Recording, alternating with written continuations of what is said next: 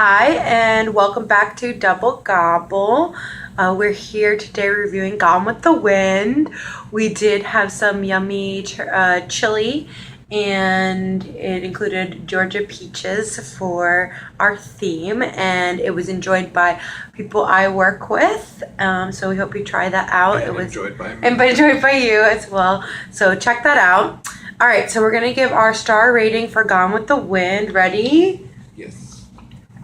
3 stars. Also 3 stars. So I'm surprised because I thought that I was scoring it low and that we would have kind of a debate over it.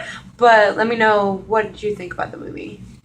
Yeah, so my mom is probably going to be very upset that I only gave it 3 stars. Mine too. It's one of her favorite movies, probably Mine her too. favorite movie of all time. But, and while it, the production value is great, it holds place in the pop culture zeitgeist. It's Yeah. still the highest grossing film of all time when adjusted for inflation.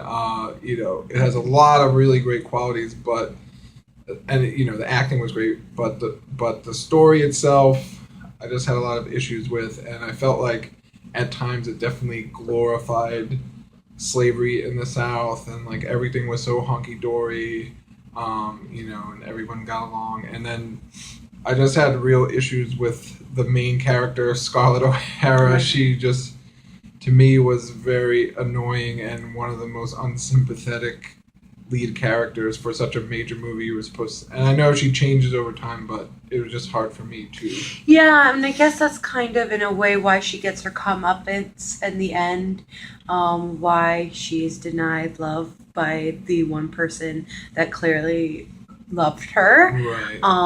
And although I think she was a progressive character for the time, in that she was a woman who chose her path, chose who she wanted to be with. Now, whether we agree with the way she decided to manipulate people, that's a whole nother scenario. But as far as a woman embracing her sexuality and embracing courage to own our own business and stand strong, I think she's a great character in that sense. However, it was very long, and you did get sick of her after a while.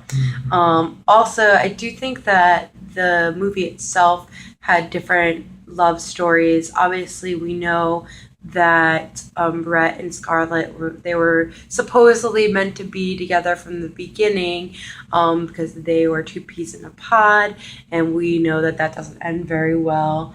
And obviously, another love story is of Tara itself, in which Scarlett also takes a while to learn to love again.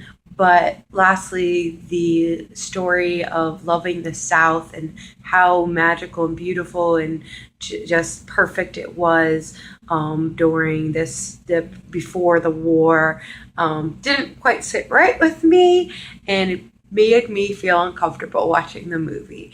And I understand looking at it from a different perspective, and I appreciate that I did get to view it from another perspective, and that people really didn't know what was truly going on politically, especially somebody like Scarlett O'Hara that just did not care. She Right. cared about money and wealth and men, and she did not seem to care that much about slaves or slavery. And I think that was probably the majority of people in the South at that time. So it was interesting to see that perspective. Still made me very uncomfortable. I would recommend the movie for how beautiful it is, for that perspective. But overall, it is not one of my favorite movies of all time. Sorry, moms. Yeah. All right, so that's our review of Gone with the Wind. Up next, we have Rebecca, which is the only Best Picture winner from my favorite, Alfred Hitchcock. So look forward to a hopefully great review of that, and I'm going to come up with some type of mysterious recipe. All right, thanks for joining us. Have a good one.